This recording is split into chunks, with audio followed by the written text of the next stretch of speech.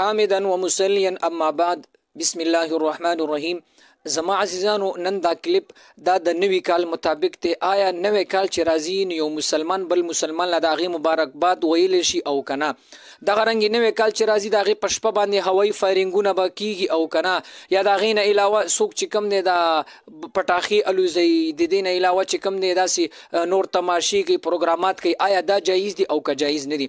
نو محترمو په دې باندې ما تاسو سره په دې ویډیو کې مختصر شان عوامي خبره کړې د آسان فهم مطابق د علماو د پرناغي خو پوي خلق دي نو دا د عوامو د پر د په خپل هم اوري او په نور ملګرو باندې هم اوري دا کلیپ مکمل واوري. عزیزانو یقینا ستاسو ټول علم کې دا نن د 2023 اخرنی هغه ورځ دا اخرنی تاریخ ته سمانه به 2024 شروع کیږي.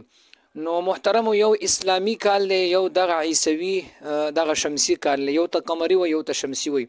په اسانه پښتو کې دا کلیپ دا صرف د عوامو د پاره دی د علماو د پاره نه دی زه د عوامو د فهم مطابق خبرې کوم. نو یو د مسلمانانو هغه تاریخ ته استغیث اسلامی تاریخ ویل کیږي او یو چې کم دی عیسایانو تاریخ ته هغه ته انګریزي تاریخ ویل کیږي.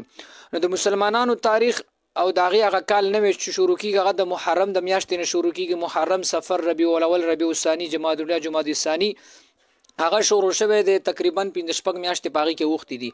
پاتې شول د انګریزانو او عیسوي تاریخ چې ورته ویل شي هغه د سبانه شروع کیږي. نو محترمو اصل خلاصه د دې بیان او زما د دې کلیپ دا چې اکثر خلک د انګریزانو په دې طریقې کار باندې چلیږي او هغه د انګریزانو د کال چې د انګریزانو دغه طریقه ده چې هغه په دغه شپه باندې چې کم د نن چې دا کوم شپه روانه د پیر شپه 2024 شپه چې ورته ویل شي په دې شپه هغه ناستي 12 بجو پورې څنګه چې 12 بجې شي نو بس هغه تاریخ بدل شي نو هغه بیا یو بل مبارکباد ورکي او د مثال اوای فایرینګونه کوي یا د فضولیات کې یا خرچي کې یا پروګرامونه کې. نو نن سبا زموږ مسلمانان هم هغه په دې کې اخته شوي دي دغه انګریزانو هغه مغربي چې کم کلچر دی او کم ثقافت هغه خپلولو کوشش کوي.